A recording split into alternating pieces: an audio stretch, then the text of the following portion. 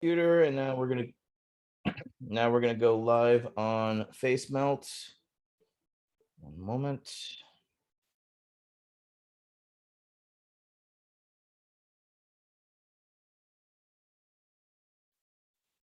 Table number 18.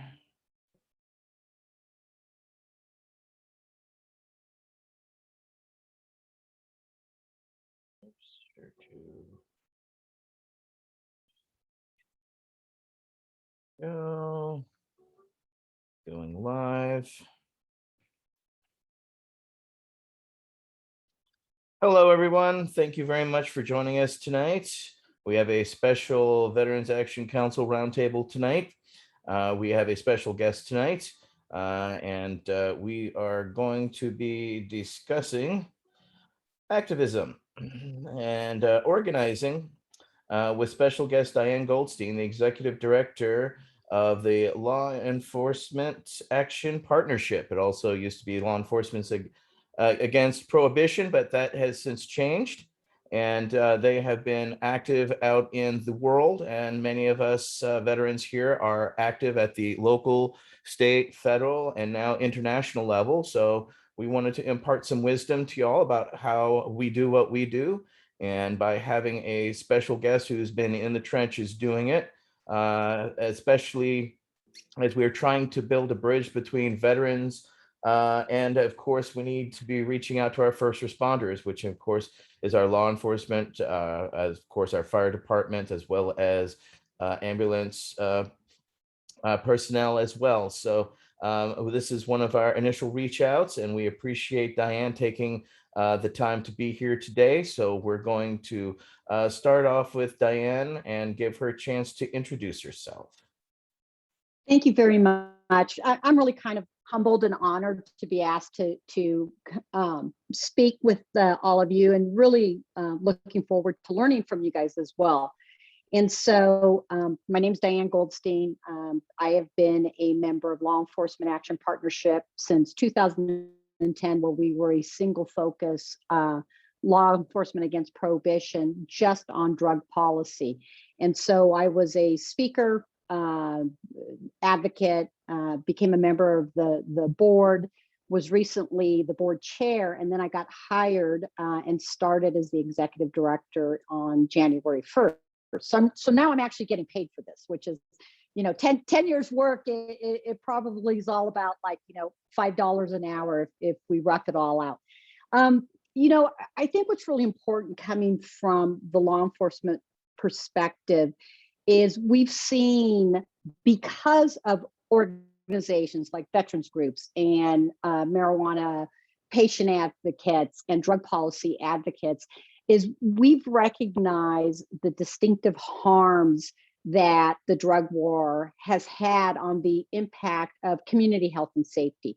And so in 2002, LEAP was started by 5 police officers, including 1 Canadian police officer, who all believed that the war on drugs was abjectly the biggest policy failure. And I came to the work with LEAP because I had an older brother who's dual diagnosed, suffered from mental health and also substance use disorder, and had struggled with his mental health issues for many, many years, and had also done very well as long as he had access to healthcare in his job and psychotropic meds. And when he lost his job, he lost access to his healthcare and he started self-medicating again. Ultimately, his last few years of life, he went from being homeless to living with us, to really struggling, being criminalized, ultimately arrested, and then ended up in a polydrug overdose in New Orleans.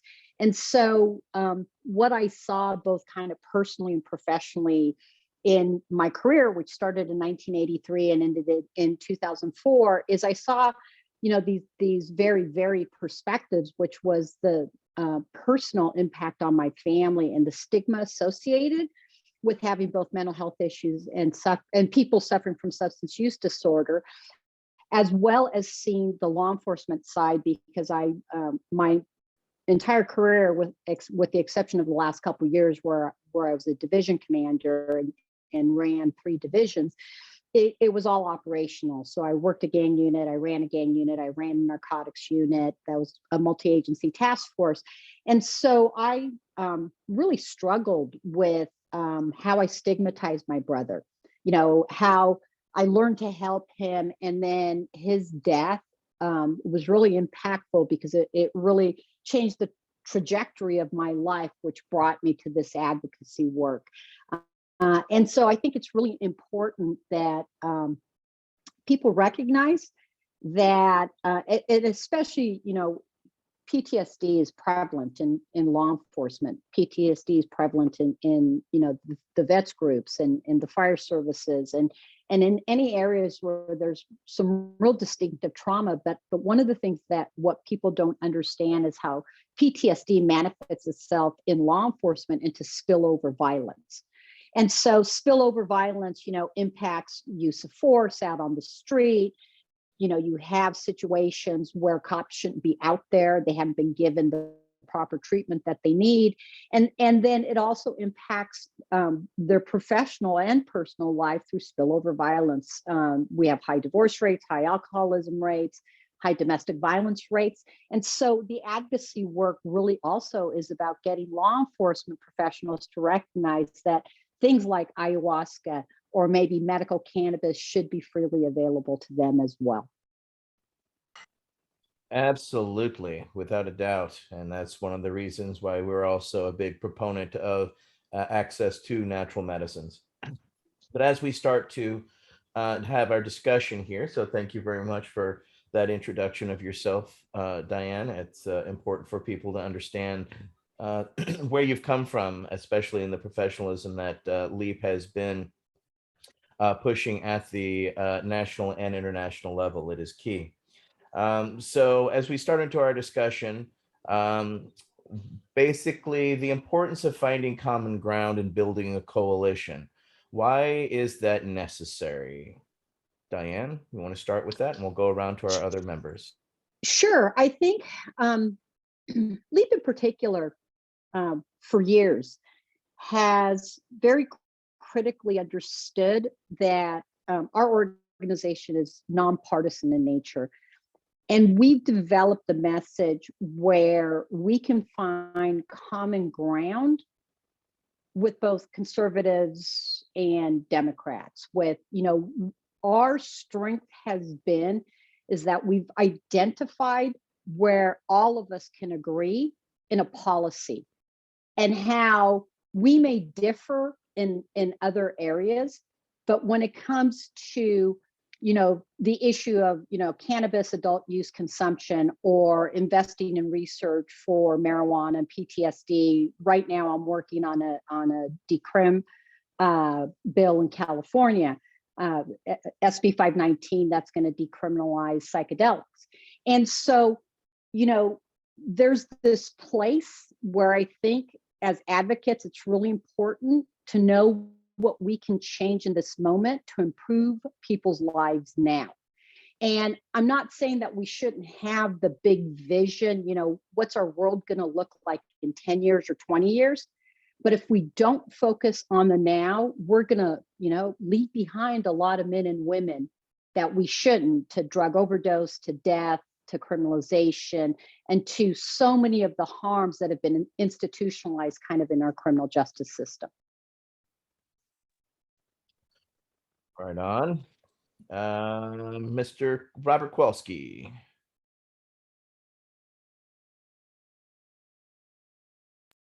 Hi, Diane.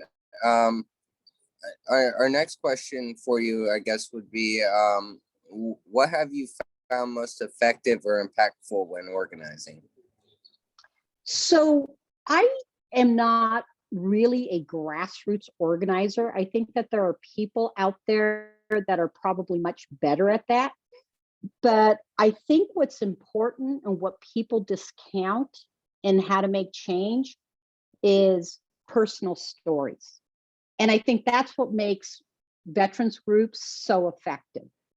I can walk in as a criminal justice expert, but it really is helpful when I can bring someone in who's got lived experience that can show hey, I participated in ayahuasca. I had to go out of the country because it's not available here and it's still illegal.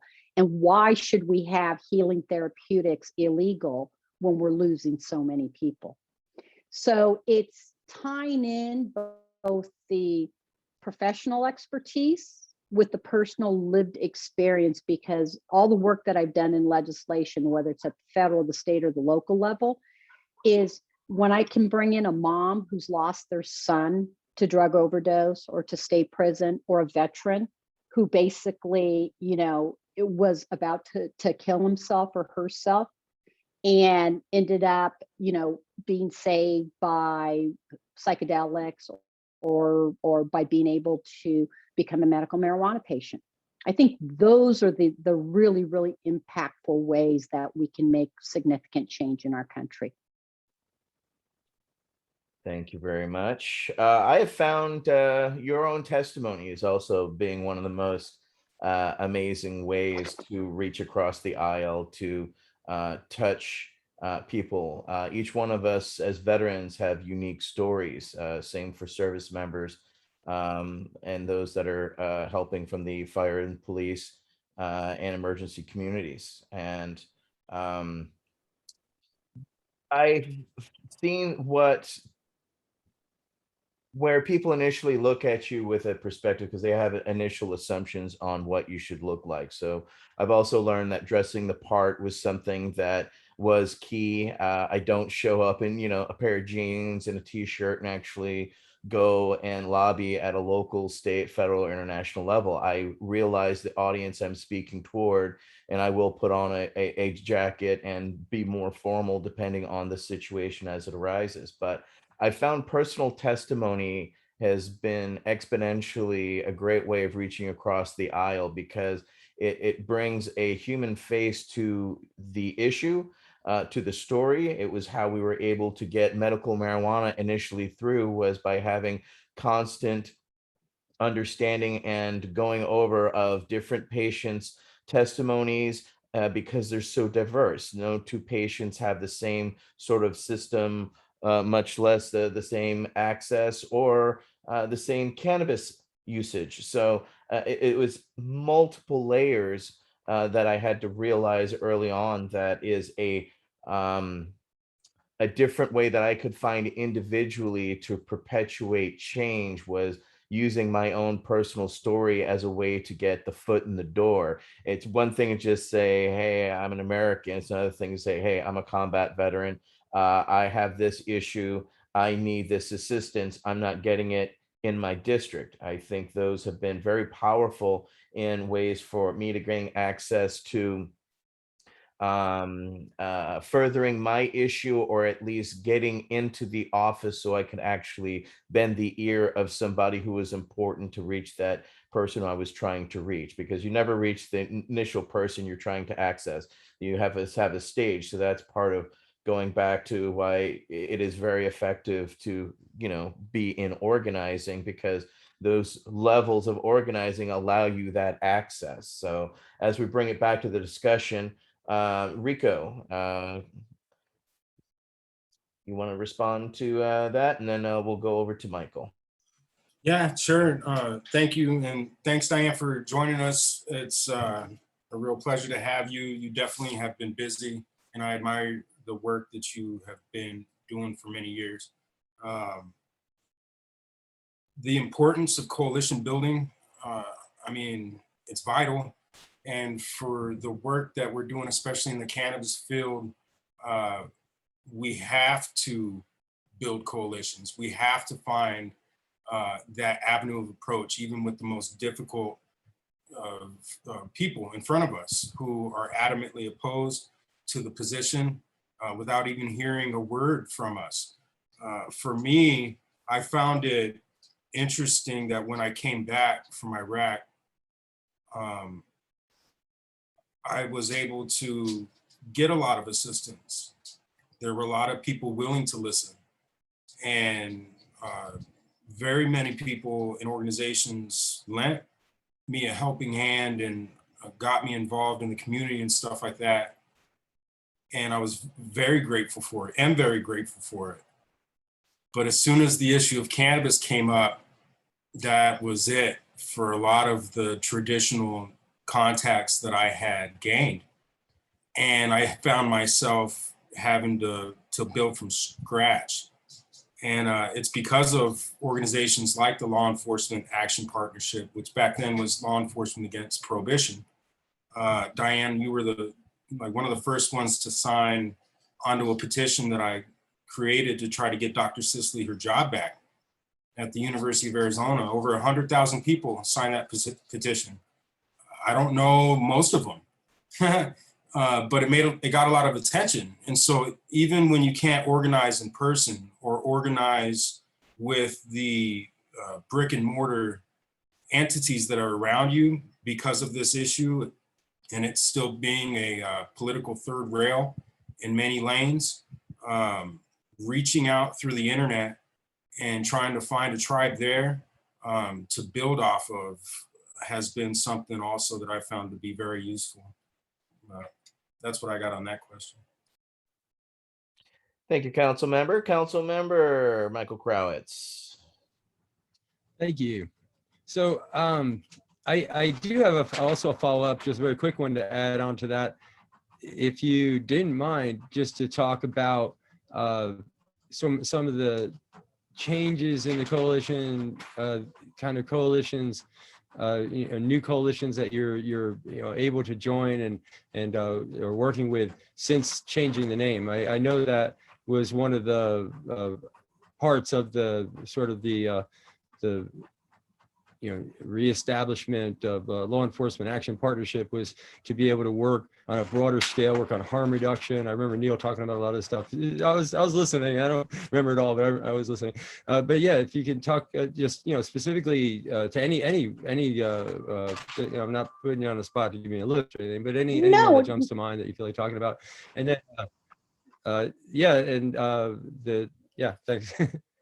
No, it's so interesting because if people were really concerned when we decided to rebrand our organization, but what we've seen is that it has actually allowed us to broaden the coalition around partners that aren't necessarily traditional partners. And in addition to that, what it also did is it brought in some really significant active duty police chiefs or district attorneys, or people who basically had always agreed with us, and we'd have the backdoor conversations, and all of you guys who've been doing the federal and the local and the state, you get the backdoor conversations with people that basically say, hey, I can't say this publicly because of my position. I can't say that the drug war is a failure because I just can't. But if you guys allow me to speak about something else, I can then work with you in collaboration. So the rebranding was very, very strategic. And because we rebranded, we've been able to expand our active duty speakers, our convening authority, our law enforcement validators. And in fact, it's interesting when you look at the international global drug policy work that's going on. Is last year, for those that don't know this, is the Canadian Police Chiefs Association came out with a white paper that called for the complete decriminalization of all drugs, for the expansion of harm reduction services that includes safe consumption sites, and for safe supply, because the illicit drug market is so contaminated with fentanyl. And so it's that type of groundbreaking work that our rebranding has allowed us to develop these coalitions that would keep us at arm's length, but now are calling us all the time as law enforcement validators to the policies and the changes that they're trying to implement. Thank you for that, Diane. We'll go on over to Council Member Tony Landry. Yeah, on networking with other groups, I think that's very important with the especially with cannabis and like different ailments like Parkinson groups that wouldn't traditionally be supportive of cannabis issues, but once you network and then they become aware of the benefits of cannabis on with Parkinson's treatment, then they're able to see other issues that are affecting, like justice reform issues that are affecting us that they wouldn't traditionally be advocates of either. And sometimes when you're at the Capitol working on bills, getting bills through, those groups are there, and one like in Louisiana, when you go to the Capitol, you put a green card in support of the bill as it's being debated through these House committees or Senate committees, and a red card in opposition. So if one of those groups are there and you've already made those connections, those networks before the session comes around, and it'll be very easy to say, hey, do you mind put some accord in for support, for this bill?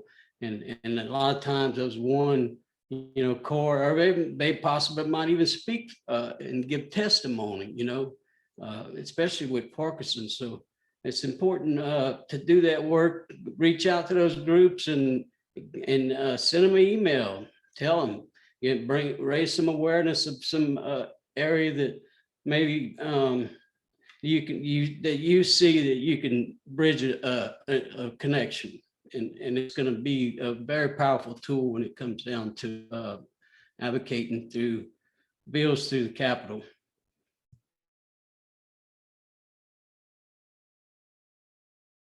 Thank you, council member. Going over to council member George Armstrong.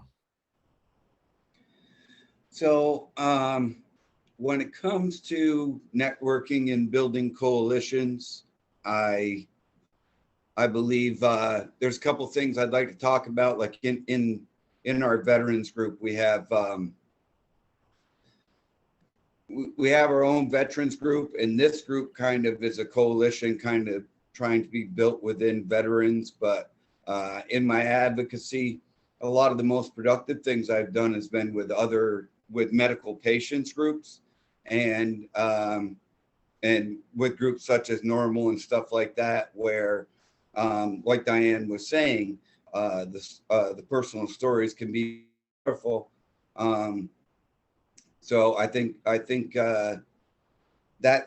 that's really important to reach out to the patients group, and I think it's a challenge at times for veterans. And then the other thing I would that's kind of the same thing that I would like to point out, and I think I've told multiple members in the V.A.C. this before, I think it's a place where we're missing the boat a little bit in our advocacy. Combat veterans make up actually a really small percentage of the people in the United States suffering from PTSD. And so I think reaching out to the law enforcement agencies and especially to patients of PTSD. So eventually we're reaching out to law enforcement agencies and these, so abused spouses are actually the highest number of people suffering from PTSD in America. So if we start reaching out to those people, those coalitions, I think, will be the most productive. And I've tried to do a little bit of that. I've tried to be an advocate for mental health and PTSD because I'm not a combat veteran. I try to pass that message along to the combat veterans that are suffering from these problems, that there indeed are. We have civilian counterparts that are going through the same exact symptoms. Some of them just as severe as what the combat veterans are going through. So yeah, I think building coalitions with patients is really important. And I think I've found the most productive work in my experience doing that. Thank you, council member. Going over to council member Brian Buckley. Hi, Danny. Yeah, one of the things you said in the beginning was your guys' ability where you're working with, both sides of the aisle, not really going in there with any pre-notion of, well, they're this person and they're not going to like us, so let's just kind of move on and avoid them, which I commend you for.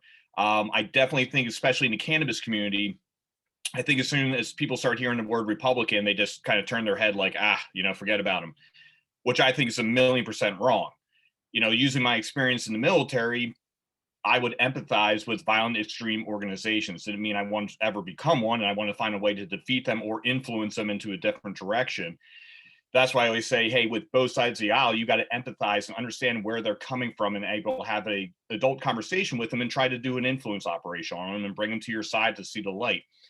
Could you share some of the successes you have had with maybe something you looked at as like a brick wall, but you guys were able to maybe not run through the wall, but walk around it and bring them with you? Yeah, interesting enough. I mean, you can look at the history of medical marijuana, right? In California in particular. And you think about where we started. So in 1996, I was a cop. I hadn't been promoted to sergeant yet. I was still working gang operations, and Proposition 215 happened, and our very conservative response from the top on down was, marijuana is not a medicine. Take it, make them bring a doctor to court, and this is what we're going to do. Where you've seen the evolution, because some of the messaging was switched relative to, hey, look at how much money we're wasting in the enforcement of marijuana laws. And, shouldn't we be using those fiscal resources? Because that's a big Republican conservative message, right? What's the appropriate role of government? Smaller footprint, smaller government, liberty. So you really have to, I think, understand who that audience is. Probably one of the most successful campaigns that I've been part of in California, well, a couple is, Proposition 64, where I was a spokesperson, and we can talk about where it's at now and some of the mistakes that were made, but I largely place those on a lack of sensible regulation by the legislation. But it did, in fact, do a lot of very good things relative to the social justice side. But we had, because we were able to appeal both to the Republican conservative message about why adult consumption use was beneficial, and to the Democrats relative to the social justice side. When you saw the people who were endorsing 64, including the newspapers, we got the Modesto Bee to endorse Proposition 64. We got the San Diego Union Tribune to endorse Proposition 64. We were able to make the argument. The other place about why you need to build coalitions, even with people that you may disagree with 90% of the time. So I worked on civil asset forfeiture reform in California. Another, it was a 2-year campaign legislative.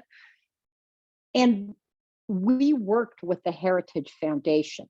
I don't agree with anything except for civil asset forfeiture reform with the Heritage Foundation.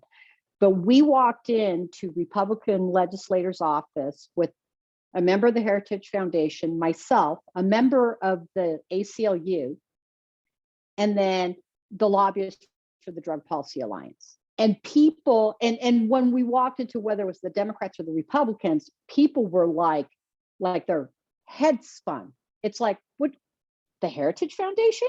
And it's like, yes, we agree on this, that, we shouldn't be taking people's personal property without a conviction. And so, it's hard. I mean, it's not easy.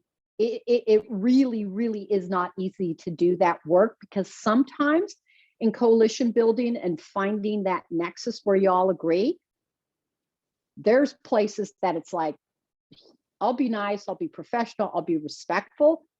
But when the Heritage Foundation proposes, they're tough on crime, ideology that they're doing right now, I'll completely fight back against that. But in this area, we all felt it was really important to work together. It's not easy though, not easy, right? But that, And we can have the conversation about kind of like the defund the police movement right now relative to what's going on. And you know, I won't tone police at all, advocates. And but what the defund the police calls have done has been very good, because it has made us discuss what the proper role of policing is. And so I think sometimes even outlier positions that maybe, more of us in the middle who are more moderate may not completely agree with, if we just listen to maybe where we agree. So where I completely agree with what's happened this last year is we've overinvested in policing. And I've said that for my last 10 years, and we've always underinvested in community infrastructure and mental health and decriminalizing and drug treatment on demand and all sorts of other things that would be more effective and efficacious in preventing crime than police. So I think we have to be respectful of people's opinions and be able to have that discourse behind closed doors, which can then lead, to standing next to each other. thank you again, Diane. We'll go over to Council Member Alex Popoff. Hey, thanks. Sorry about that. Had some technical difficulties earlier. Thank you so much, Diane. I did law enforcement in the Air Force, and appreciate what you're doing. Completely agree. I had a question for you. So how do we get more law enforcement on board? I know we talked about telling our stories and sharing how things have affected us in a way that they could relate. But I wanted to ask, is there a specific story about how the criminal justice system has put harsher issues on a person than any substance alone possibly could have? And do you think that that's going to help people understand where we're coming from more?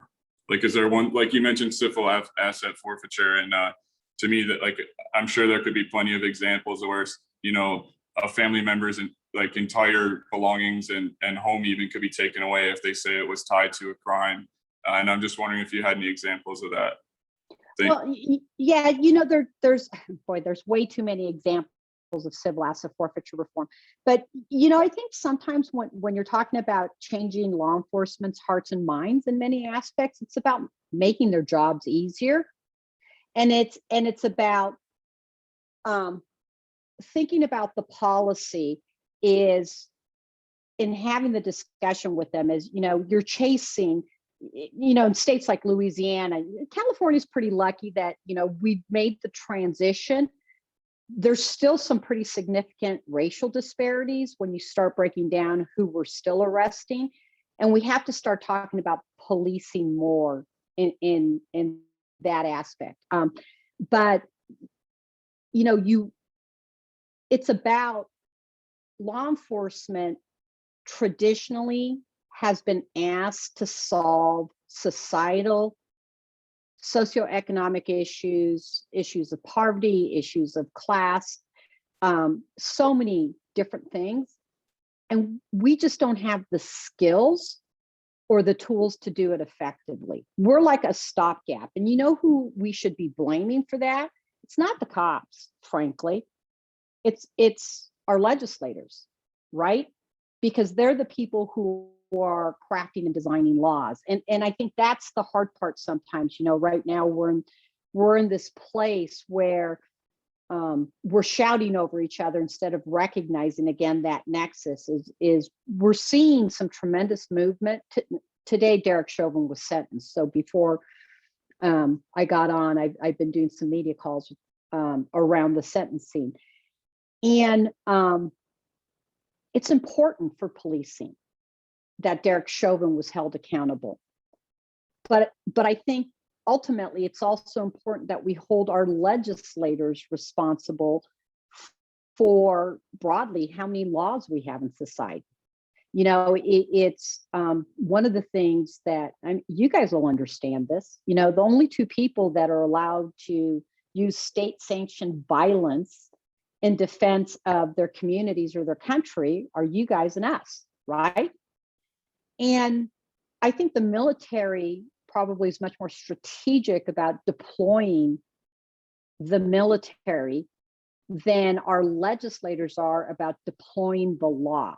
So what I always try to educate legislators around is that, any law that you design, no matter how benign, right? You're granting cops the ability to use state-sanctioned violence up to and including killing someone. And is that the best use of this law? And so, it's, I think when you talk about stories to cops, it's how do we make cops safe? How do we make cops have a higher regard to sanctity of life? How do we make law enforcement understand that their role is not to make the law, it is to enforce the law? And that's not what occurs right now. Right now we have criminal justice organizations, whether they're the police chiefs or, the narcotics officers or the district attorneys, who have invested heavily in using taxpayer indirect and direct dollars to undermine reform. And it's a very hard conversation.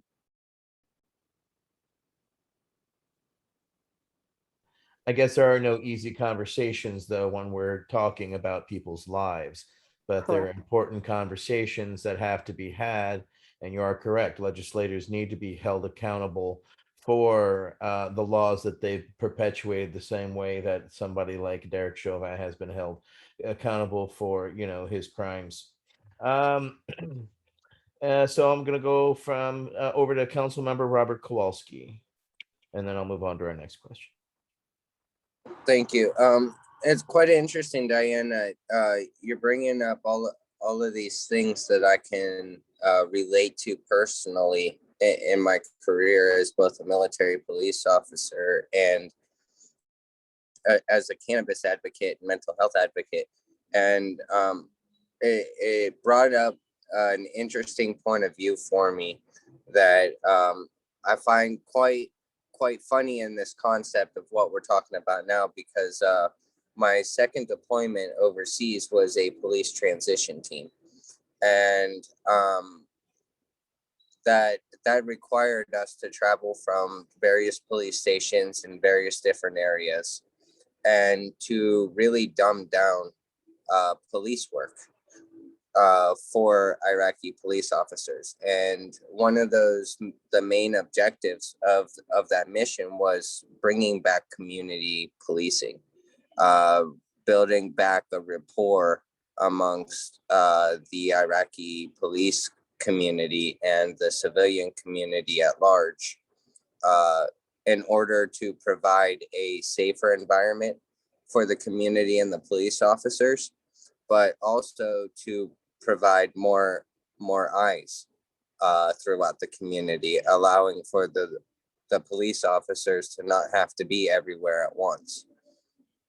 And I guess my question to you around this and what's really arised would be, do you see us going back to that here in the US, to where we're really going to have to approach the system of justice the same way and kind of revert back to dumbing it down and reteaching what community policing is and community justice is?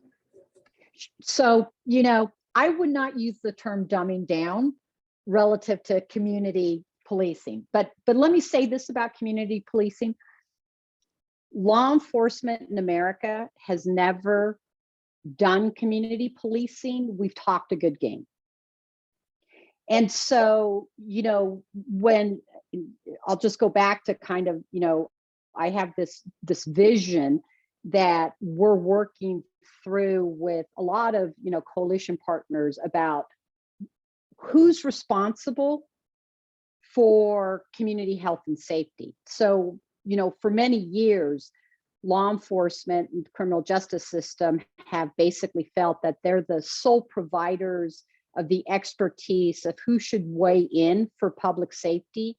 And I think all of us as community members, including myself, in the community that I live in, I don't engage with our law enforcement agency, kind of abdicates responsibility for the overall health and wellness of the entire community. Like, we don't have any input. We really don't engage in the process.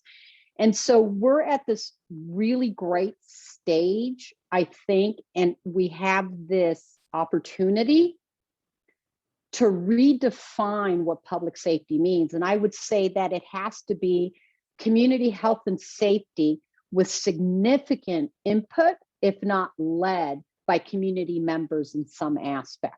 So that's really what community policing should in fact mean, is that, every community, whether you live in Virginia or in Redondo Beach where I did policing, has different needs and different issues. And so we shouldn't just police communities in the same way, but we should be asking the people we serve what their priorities are, how they want to be policed, where they want their budgets to go into. And again, I'm going to go back. I'm going to blame, legislators and people who design budgets. Budgeting is, for me, is always reflective of a moral choice. And so when we take the budget out of prevention or public health and we put it into policing, that tells you where our values are. So if you want to look at a well-run city, look at their budget and see what they value. That is very wise words. So all of us have done activism at the local, state level, and we've all kind of had our own learning curve. So we have people who are watching who, let's say they're in the 101 and they're looking to just start off into, figuring out how to lobby, how to step up and get their word out there, find an organization, educate themselves about the issue, and then use those talking points to go forward. What are some learning curves or obstacles to watch out for, Diane, that you would recommend? And then we'll go through the council. I think my biggest learning obstacle has been is that I have to be a better listener first before I make suggestions for improvements, if that makes any sense. I think, it's what I've found in the advocacy work, that I know what I don't know, and I need to listen to the needs of my coalition partners to figure out how best my organization is going to serve not just our own mission, but their mission as well. If that makes any sense. I think that's the biggest obstacle, that we all as advocates want to go in and change the world. And sometimes we don't listen enough. And that's also listening to people's voices in opposition, right? I mean, especially in the cannabis, we can all joke and kid about Kevin Sabet and, smart approaches to marijuana, and, and he's been, fighting this fight, but we continue to kind of diminish the message and, take away his strength and continue to move the conversation forward. But what, I've learned so much from listening to him, even despite completely disagreeing with him, and only so I can sharpen my message to be able to show why his message is disingenuous. And Michael and I've had that conversation a lot about Kevin. It is you have to listen first to people that you may disagree with, and then the other thing for me that I think is really important is understanding that everyone comes into this advocacy world with a bit of trauma, right? We all became advocates because we've all been traumatized in some fashion. And sometimes I think we can forget that, especially where there's areas of disagreement. You know, Proposition 64 was pretty contentious. I mean, there were people that, you know, were hardcore advocates that I respected, that stood up with Kevin Sabet to try to stop Proposition 64. And I had to go back and look at, okay, I understand why they did it, because they're afraid, they've been traumatized, they don't trust the system. And so really working to make certain that we're still empathetic to people's needs, I think is also really valuable and important. That is extremely important and invaluable, especially to coalition building. Going over to Council Member Rico Prieta. Oh, thank you. Obstacles. Yeah, starting out, I got in my own way a lot. I tripped on my own feet a lot until I learned how to, you know, kind of work well with others. I'm still learning that part, but for the most part, I think I'm doing okay. Got a lot of great people around here, but my dad told me something a couple of years back, and it stuck with me. And he just said, you know, put it down, all the expectations, all the other stuff, and just go show up and try to be useful, try to help. Just go to there to help, right? And then learn, see what people are doing, see what's being discussed, what seems to be the priority, what seems to be the chain of command. Let's be honest, a lot of these organizations have chain of command. So until I kind of really grasped that approach and did my best to put it into practice, I stumbled a lot. But it's a constant learning curve. So yesterday it was that stumbling block. Tomorrow it'll be something different, and then I'll learn something new. Just like with anything else. So I think communicating like we're doing now, sharing our experiences, and really sharpening and honing each other's skills and holding each other accountable is something that is almost like a protective kind of shield that we're putting out there for ourselves, so that we have fail safes or countermeasures or something like that, something to lean on, especially being traumatized individuals. I go through a lot of stuff. I have a lot of work that I'm constantly doing that I have to do in order to maintain my own personal health and well-being, my mental state, my physical state. And that comes first before advocacy or trying to find a coalition partner or work with somebody or volunteer my time. I have to make sure that I'm well. So learning that, which took many years, and then again, I'm still learning how to do that, how to best take care of myself day to day. But that was an obstacle at first, especially with my alcohol issues that I had, substance abuse. So really my offering to this conversation would be the introspective work and the personal accountability to start off with as far as looking for obstacles. Thank you, Council Member. That was very deep, actually. I'm going to bounce back to Council Member Kowalski. Take it back. You had a response to the previous discussion. Yeah, well, it actually also ties into this one in tying things in with trauma. We're working on a project right now, trying to build up not only a coalition of people that could really assist with trauma, but also tying in our community as veterans or first responders into the civilian community and how our trauma ties together. So in Dayton specifically, where this project's working at, the city's been extremely traumatized back to back for years now. And it really started with pretty much the movie Twister coming to life in town. I think they experienced 23 tornadoes in a matter of 2 hours. One of them was an F5 that happened about 4 or 5 blocks away from where I was living at the time.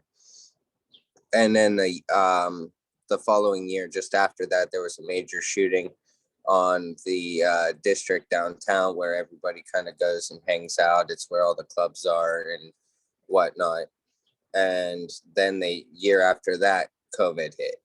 So it's just been back to back with trauma on top of being in a food desert. And so us as the veteran community, that's how we were able to connect with everyone, was utilizing the trauma connection. And it's really brought in a lot of people we never really thought would have paired up with us, because we do involve cannabis in our educational component, with a tool for dealing with trauma. And one of those partners that we started teaming up with is the police association in Dayton. And I guess my question to you to follow up with that would be, what would be the best way to continue that relationship and to continue the tie-in, us with the first responder in the community with the association of trauma, and to better not only further the conversation with having the ability with the tools like psychedelics and cannabis in our toolbox to help us heal from that, but also the benefit of us all coming together as a unit and sharing the different tools of the trade that we've learned to cope with it. Yeah, law enforcement's it's such an interesting thing. When you say you have a relationship with the union association, are you guys doing educational pieces for them? Are you doing like after school programs? Is it a trauma group? What specific things are you doing with them that can continue, that benefits the community? I guess that's my ask there. What's the relationship? The relationship is benefiting the community. It's to really tie in and help heal from trauma.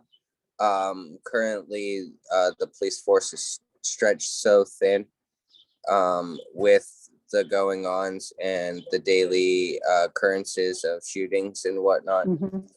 And so we're really hoping to keep them engaged in providing a safe spot within the community. Yeah, then maybe it's just shared meetings, and you may, introducing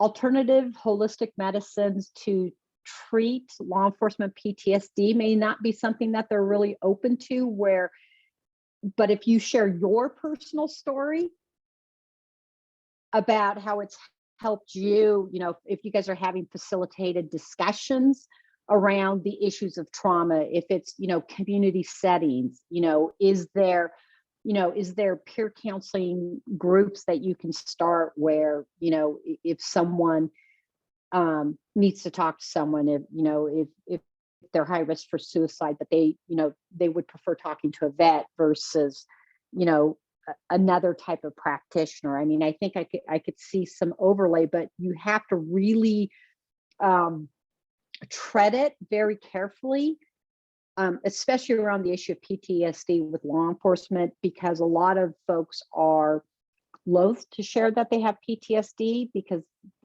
they immediately go to the psychologist, they get tested, they get pulled off the street. So, it's just maybe more of a sounding board, and just, where are there places where you guys have common interests? Can you start a athletic league to help kids that have been traumatized in the community? Is think kind of outside the box on how you can find and make your community better.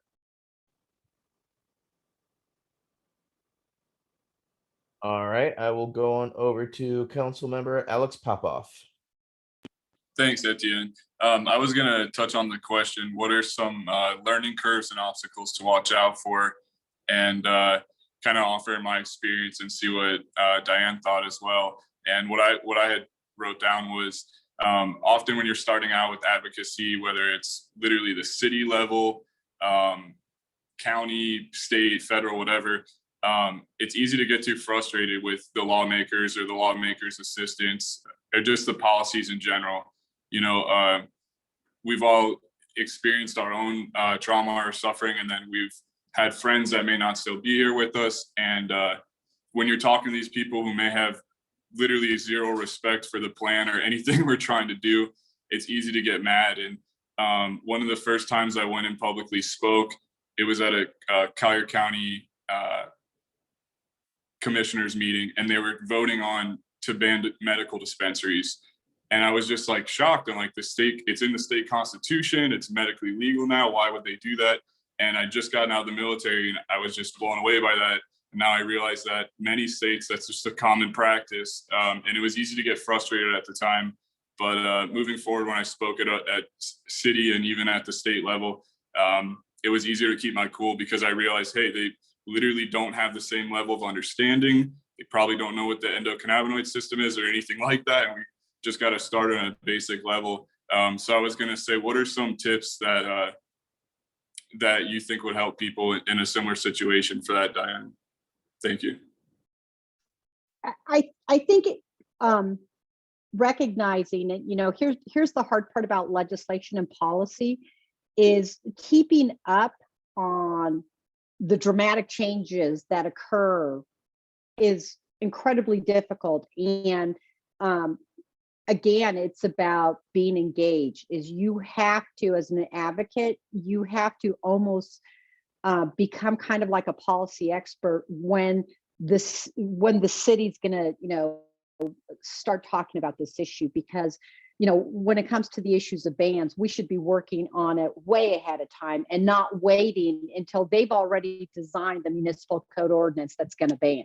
I think that's a real hard part for grassroots is that we're reactive instead of being proactive. So, you know, it may very well be is that you have to develop that relationship with your local council person ahead of time and invite them to one of your meetings.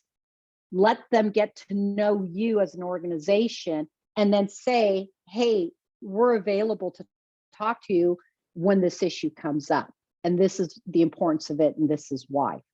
But again, it's really hard work to navigate on your own. So people should be partnering with, you know, like Americans for Safe Access was really good about this when it first started years ago. Students for Sensible Drug Policy, Normal is you have to, it's not just the vets organization, you almost have to figure out what your strengths are and then know that maybe there's another organization that you should be building relationships with. So if they get the information on legislation or that something is going to change, they can engage you to come out and support mutual interests. Right Thank on. you.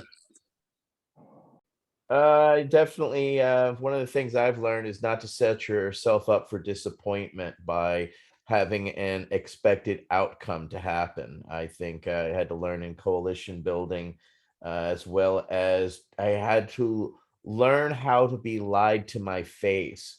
When I went and lobbied at a local level, I had the sweetest old lady tell me she was going to vote in my direction, and that I had changed my mind and that I had actually gotten to her. And as I sat there then that evening watching the vote, she was the only one to vote against. And she looked at me and she smiled. It was one of those little learning experiences like, ooh, wow. Did I set myself up for this disappointment? Apparently I had, because, you know, an expectation of what you have. And how do you handle being lied to your face, Diane? I know it's not the first time, because I know you've had to deal with that lots as an officer, but It's another thing when you're out here lobbying for that change and you're all speaking the same language. So how do you handle that in the moment and drive past that? I'll tell you, and I think because my law enforcement experience, I'm able to compartmentalize. You know, as a young cop, I was stunned when I found out that even victims lie to you, right? This is like, you know, you're a parent, you have kids, and you don't believe that your kids are ever going to lie to you. For me, it was like, why would a victim lie to the cops? We're trying to help them, you know? So I recognize when I started dealing with local, state, federal legislators, staffers, you know, politicians, is that sometimes, you know, it's that expectation. You know, you get lied to the first time and you just move on and you say, okay, I learned. And how do I develop redundancy plans so when that next person's going to lie to me, I have 3 others that I really have influence and is able to override their vote. And so, you know, I never go into meetings and say, I expect a legislator to give me an answer that day that they're going to vote. It's always, I know you need to think about it, and I'm here as a resource. But if you're going to vote no, I'd love to be able to talk to you and maybe answer any questions, you know, in rebuttal to the opposition who may have told you a different side or a different story. It's a grind, let me tell you. I mean, all you guys have been there. You know, it is a grind, and you have to, you know, as a single person, it's very tough to go in and lobby for changes. You have to surround yourself with other people and other partners that share at least even, you know, a portion of your vision. It makes it harder to say no to a bunch of people. Yeah, we can't do it ourselves. And that's the thing, is that we think we can, but we quickly realize that it is about, you know, coalition building all together and like-mindedness. Tony, Councilmember Tony Landry. Yeah, I was just gonna say, like Diane was saying about getting frustrated when you're out talking to the legislatures. Don't get frustrated, don't get upset, just don't let your ego get in front of you while you're over there, because you're doing work that many people can't. You know, if it's a veteran that's in bedridden or in, you know, a hospital and can't get out there and do it, you're just think of it like that you're having to be the diplomat for all those those people that can't get out there.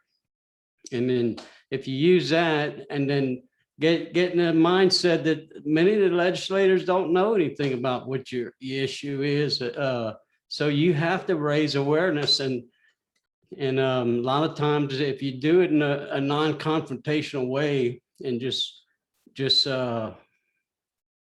go in there like you're trying to sell a car, you know, you don't want to get mad at somebody when you're trying to sell them a car. You just want to bring their awareness, because a lot of them are farmers or ranchers and never even knew anything about cannabis. So you go in there and just try and be, you know, be yourself, and you can get a lot done. You'd be surprised. A lot of times you can turn one vote, and sometimes it's just one vote that you need to get something done. So that's and local level, and working at the local level, you know, we forget it, you know, what's the old cliche, all politics is local, right? Is you have more of an ability to frame conversations at the local level than we do at the state level.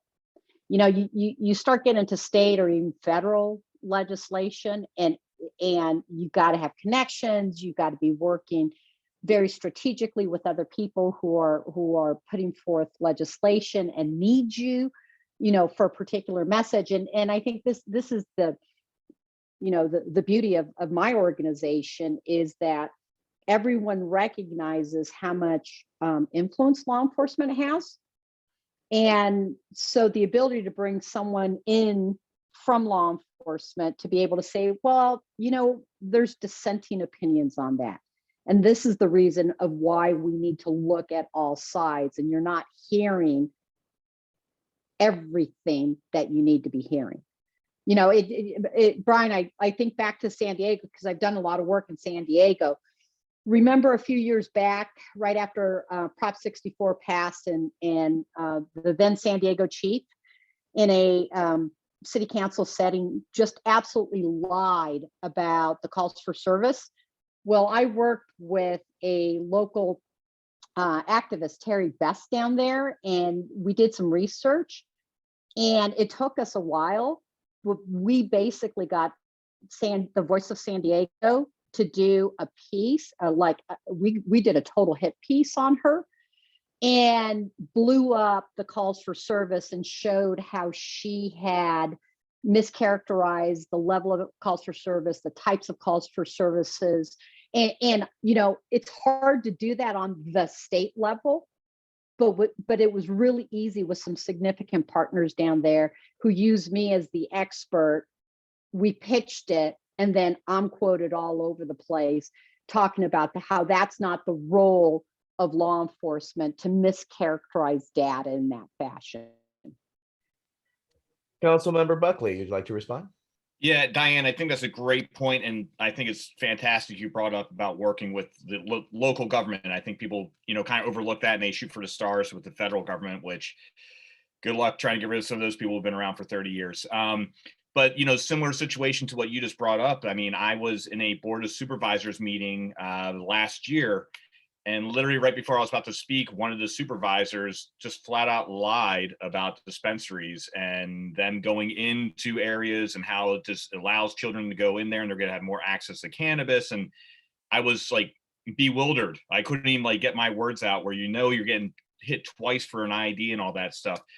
And this individual wouldn't work with us. And this is where you got to believe in, democracy. That person is no longer part of the board of supervisors because the people spoke and they are gone. And now this new board of supervisors, I'm actually glad I'm working with them. I'm writing new cannabis ordinance in San Diego to do some more things in some of the unincorporated areas, whatnot. But it's pretty interesting and great to see how that can work out if you put the time to work at the local level. Nora Vargas, by any chance? I'm not going to say names. I'm just going to. Okay. Yeah. Because they know who they are. Yeah, I was on a panel literally last night with Nora Vargas and talking about the work in San Diego. And this was a cannabis focused Latina panel for Hope, and that had all women leaders. It was a full women's leadership panel on how to change and move forward in the cannabis industry and in social justice. So yeah, I was very happy to see the changes in San Diego, and that was all because of activists, very clearly. And that's why the price of liberty is eternal vigilance, ladies and gentlemen, and why you have to stay plugged in and all the time. And one who has been plugged in and is one of my mentors is Council Member Michael Krawitz. What are some of the learning curves and obstacles you would hope others could avoid after your years of experience, sir? It's funny where your brain goes, but I have been just on a somewhat of a roller coaster ride of memories here, thinking about Diane. A lot of the folks on this call have actually participated at this point in the meetings in Vienna, Austria, of the United Nations Drug Control Program. And for those, everyone else, Diane was there with me in New York with Neil at the last drug summit, which was 2016, which is like, wow, I had to look at the calendar again twice to really kind of put that in perspective. When I first went to the UN in 1998, there was Police Chief McNamara working along a fence line, just literally the whole time of the entire drug summit, 3 days, just talking to the major media, from interview to interview, walking inside the fence there from truck to truck, just taking one mic off, putting another mic on, literally for 3 days. I never saw anything like it. And I had his article, The War on Drugs is Lost, that Bill Buckley and the others participated on. I had reprinted that with permission from the, I forget the publication on National Review, but I got permission from the actual publication to reprint it, and I reprinted it on hemp paper and I handed it out there. But I digress. By 2008, when we actually participated in the NGO stuff, somewhere between 98 and 2008, I really invested myself in LEAP. At that point, it became LEAP. And Jack actually represented LEAP at the Big Drug Summit for NGOs that we had in 2008, beyond 2008, which was a structurally important landmark event. The documentation that was created by that event is required reading for any NGO person that's going to work in drug policy at the UN. And without LEAP to kind of counterbalance the Narcotics Officers Association and all that, it just wouldn't have worked. I mean, it really was that important a voice. And that I want to let everybody know, that over the years, just the marginal stuff, just the stuff on the margins of the people like Jim Gierak and others, just relentlessly badgering diplomats with the truth as they tried to drink coffee in peace at the UN. And it's really hard to put a gauge on some of that stuff, let alone the major structural side events and meetings and everything that we participated in. And I just want to say, I was going back to my mind and thinking of regrets, and far from it. The investment was so incredibly profoundly profitable, really, more than my expectation, because honestly, what I really see and saw and still see for LEAP, Law Enforcement Action Partnership, is that when the system is ready to change, and I'm talking about the international system here, which they're not quite ready to change yet, but when they are, they're the first people they're going to reach out to are law enforcement, those with the experience in the field, and bless their hearts, those that are diligently trying to uphold the status quo don't have the knowledge base that you need to talk reform. And you now have a lot of years of experience and can do that. And it's funny, Veterans for Medical Cannabis Access was started with a grant for Marijuana Policy Project from advice from Bob Barr, the defunct U.S. representative that actually lost his seat in Congress because of his medical marijuana stance, at least in no small part. But as I understand it, back then, Marijuana Policy Project was also an initial funder for LEAP. And I never asked Rob about that. We never talked about it, but I bet you he saw the same thing I saw and still see the great importance of groups like LEAP. But, as I say that, just to be fair, be inclusive and open, there aren't any others that jump to mind. But I just want to thank you for the service. I wanted everybody to know, just how many hundreds, if not thousands of hours that law enforcement, both active and former law enforcement, have put into the halls of the UN, just on that one little aspect of it, let alone all the stuff domestically.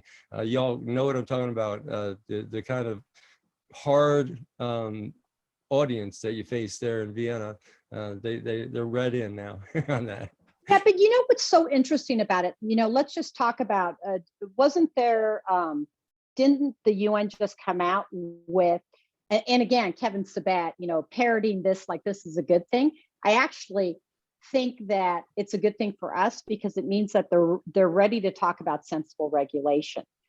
So yeah. I think it's the UN just came out that they want THC caps and a ban on cannabis advertising.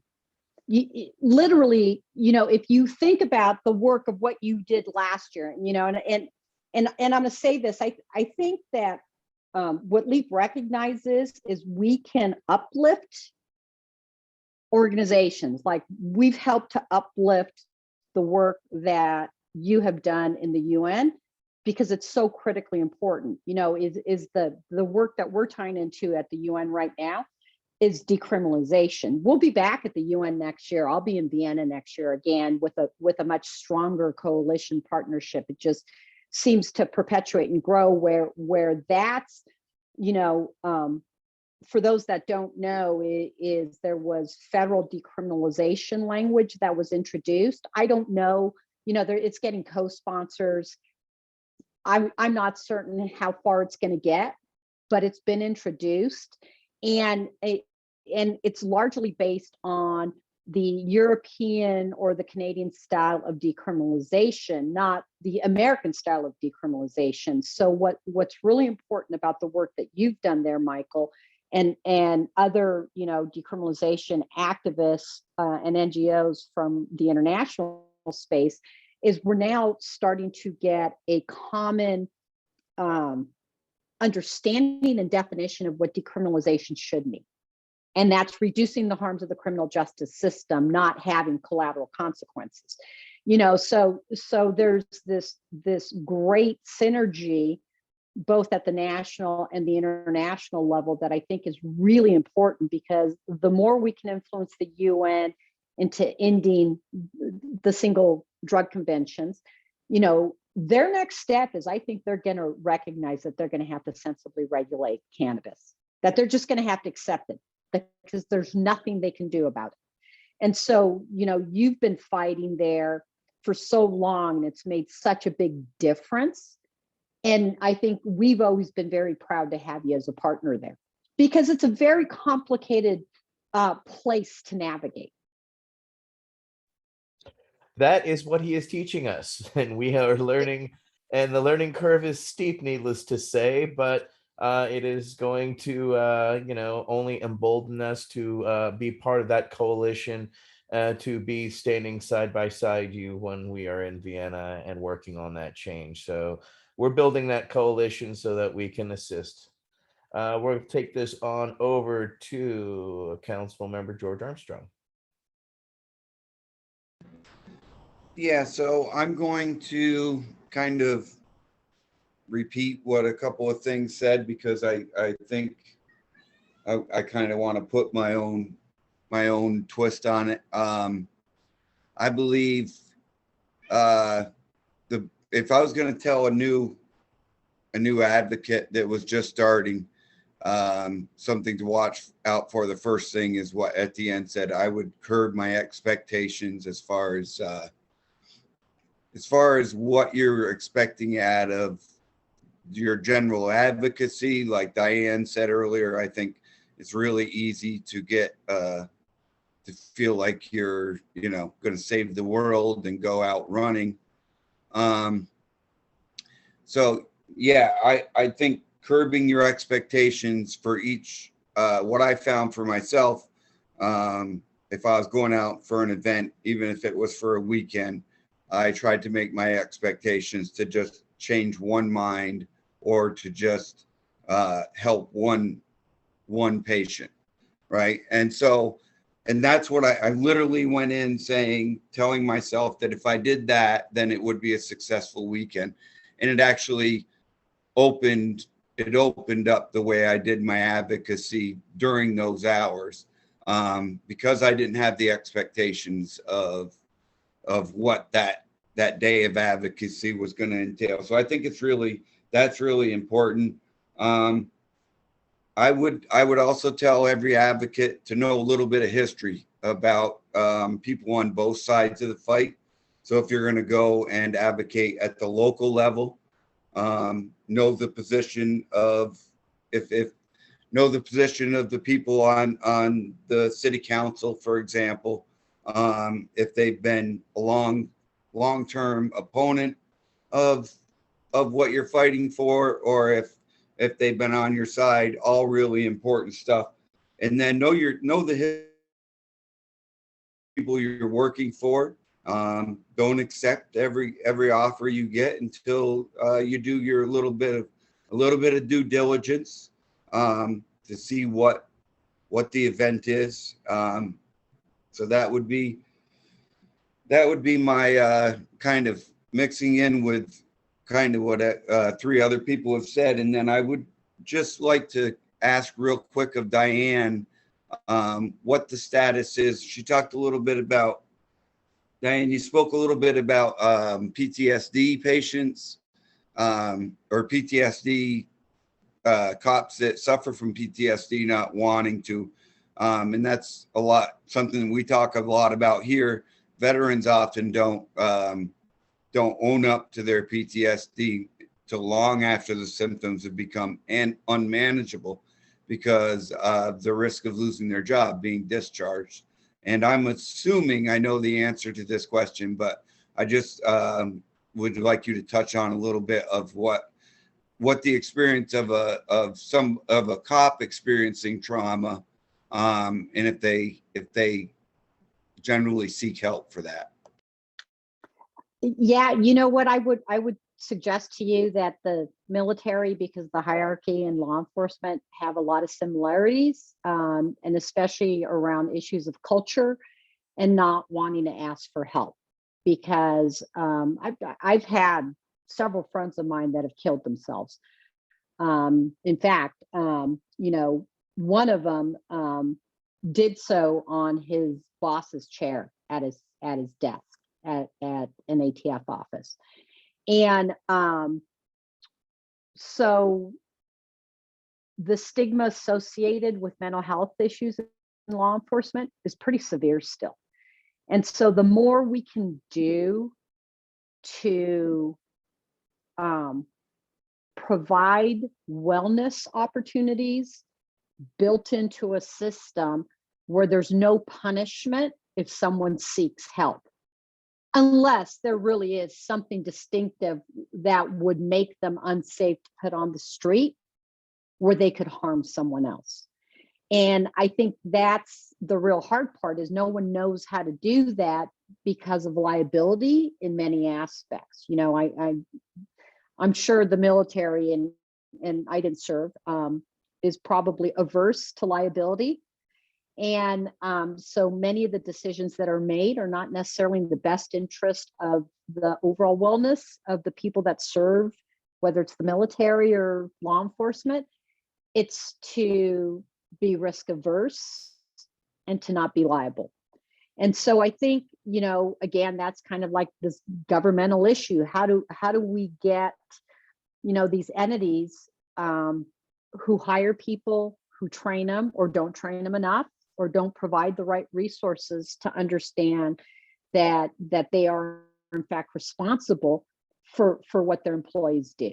You know, it is, I've had friends who suffered from PTSD and didn't recognize it until after they left law enforcement. I know several cops from out of state who on their own have gone to other countries and engaged in ayahuasca to sustain their career, and they've come back as better police officers. But if their departments found out, they fire them, right? So, you know, we have to do a much better job of changing the laws. You know, I'm going to be up in Sacramento on Monday and doing a press conference with Senator Weiner and some other folks on a psychedelic decrim bill that could be groundbreaking because it decriminalizes the use of psilocybin and psychedelics and some other currently illicit drugs. It doesn't legalize them, it decriminalizes them. So it mitigates the harm. It allows for some social sharing for ceremonial purposes. But more importantly, it also makes certain that they have a working group to talk about the future on how to make certain that people have safe access and a safe supply.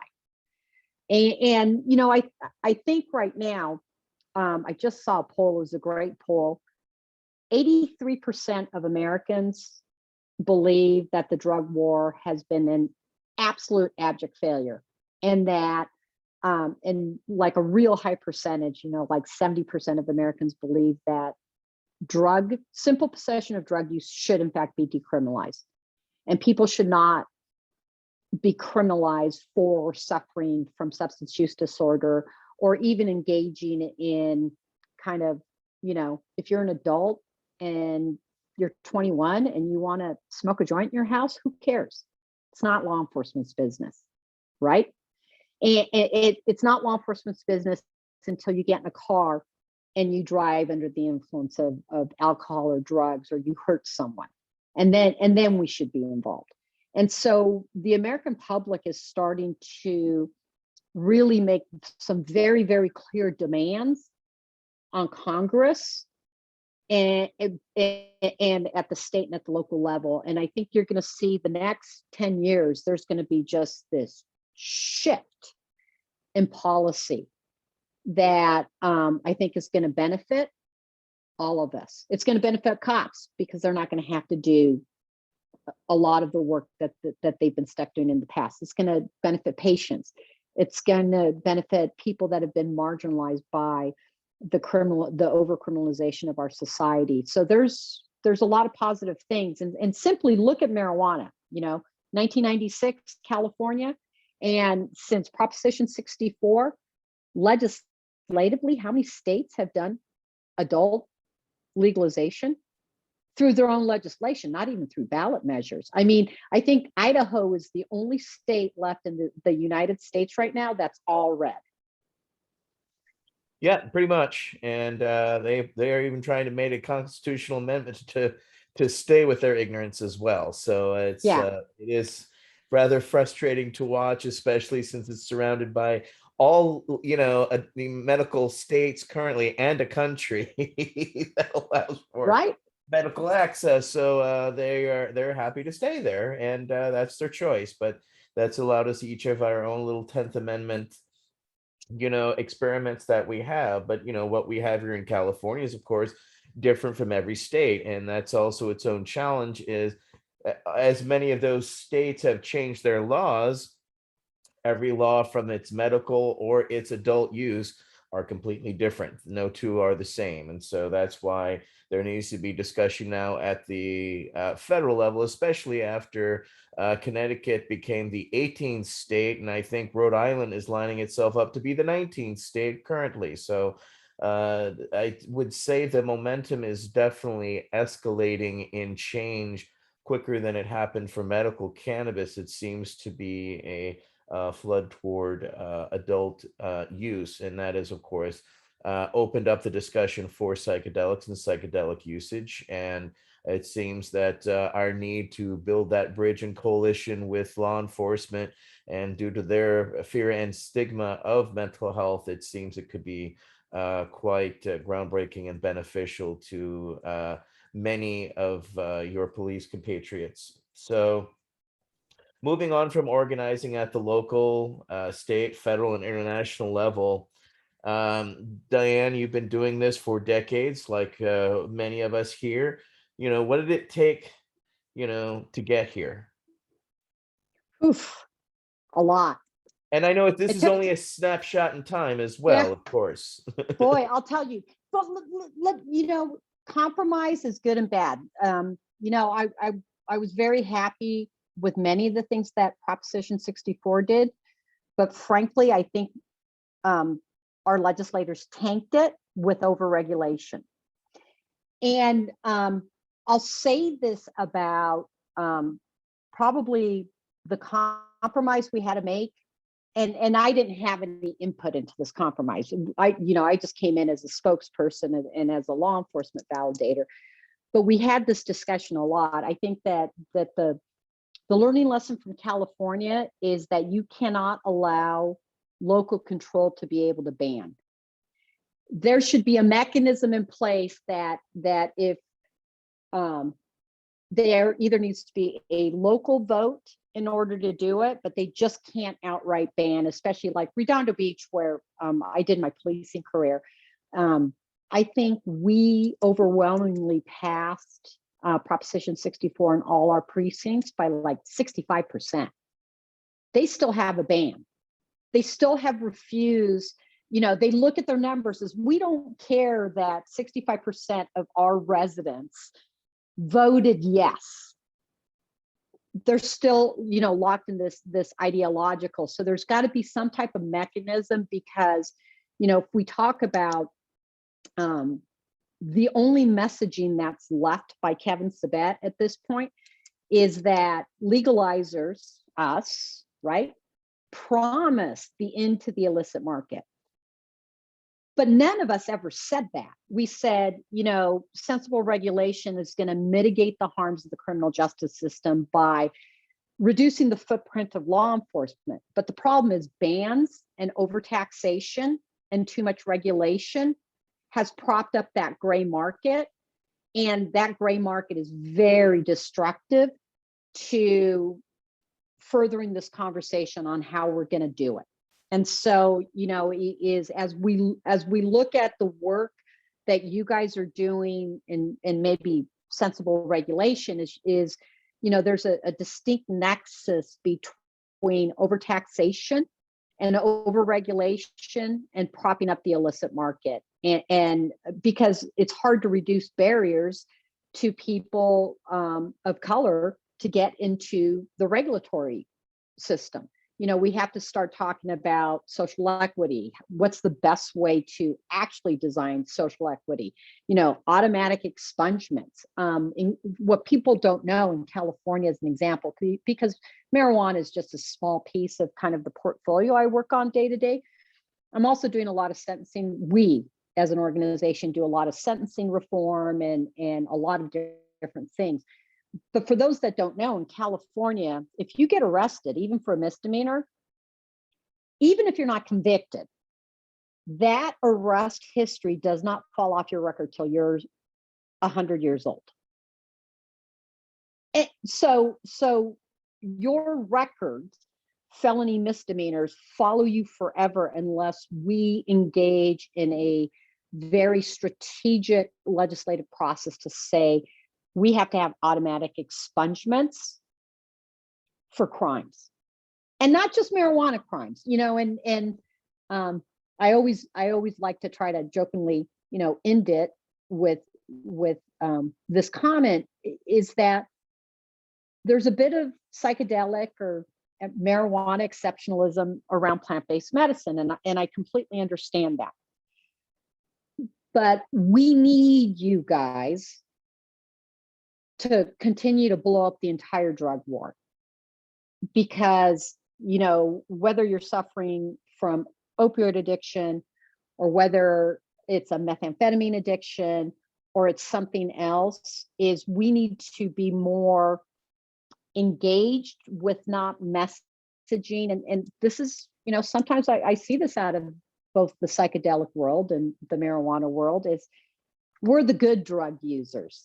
We're not the bad drug users. And I think that's very, very harmful towards the entirety of the work of reforming criminal justice reform. So we need your help. This is part of the coalition building, you know. How does V.A.C help LEAP? We work together on this messaging that, you know, no man left behind, no woman left behind who's been marginalized by the criminal justice system because of the drug war. Not just marijuana users. And amen to that.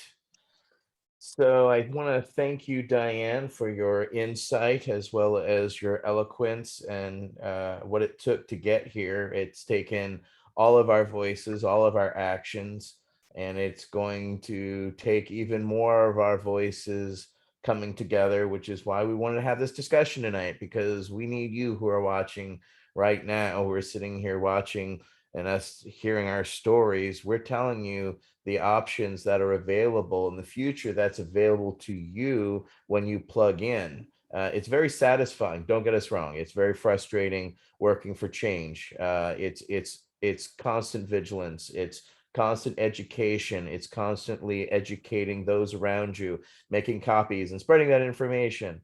But at the same time, if we don't affect the change that we want to see, we'll be reflective of the change that we've let happen.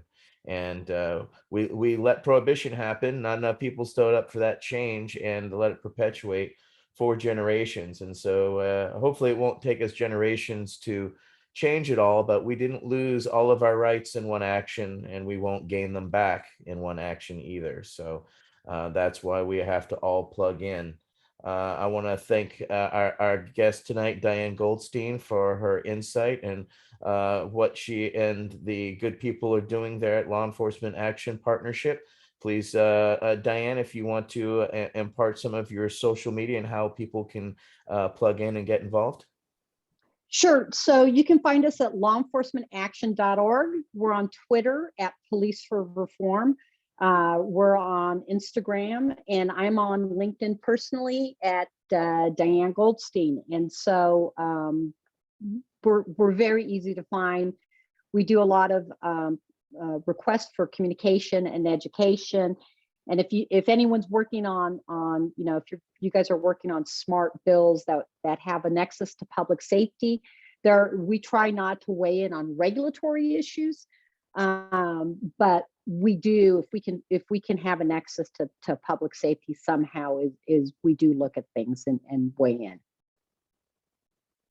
Thank you again, Diane. I would like to thank our council members, Michael Crowitz, Brian Buckley, George Armstrong, Tony Landry, Alex Popoff, and Robert Kowalski. My name is Etienne Fontan, and we'll be back in 2 weeks with V.A.C. Roundtable 19. And until then, be safe out there.